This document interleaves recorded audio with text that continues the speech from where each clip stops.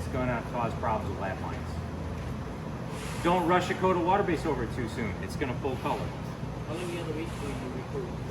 To put a coat over top, we talked about that. I'm thinking about 4 to 6 hours with you guys' humidity.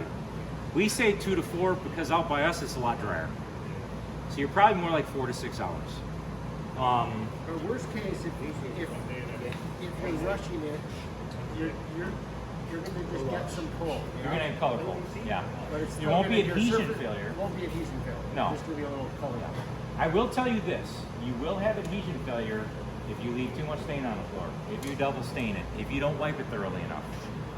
We've seen gym floors fail because they tried to just gently wipe it nice and heavy and even, and it peeled. It peeled big time. So, Finish has no adhesion? too much stain on the floor leaves probably adhesion, yes. It's just gonna peel on you. I think though, as you guys can see, there's a potential that it's gonna be hard to fight a color you can't achieve with it. So I would focus on getting a sample concept figured out. More than likely, you're not gonna have too many customers go, you couldn't get deep enough for me.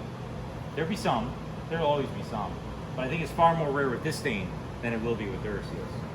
And that's not a knock at Duraseal. We just do things they can't, they do things we can't. And that's the great part about having both options here.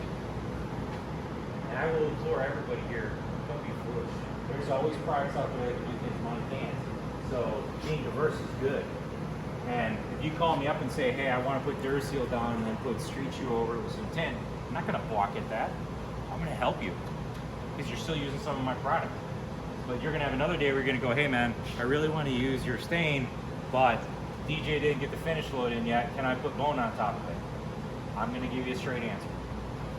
But then I'm going to call DJ and go, what the hell? But I will be honest with you about it, because guys are putting other products over this stain and they're having success. Just don't do low ball. They have a unique chemistry and I don't know why.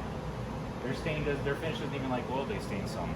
So keep that in mind that there are products that may not work. Call me first. Before you start your black, Sure. So my customer doesn't want to see that sapwood on that piece over there. Could you just take your tint and mix up a small batch of whatever to something way darker and just tone in those sapwood boards? Yes. Let it dry and coat it. Yes. And, yeah. Yes. It's gonna. Would you? And You bid at T&M. So I had a gentleman in Canada about 8 months ago, had an old fur floor.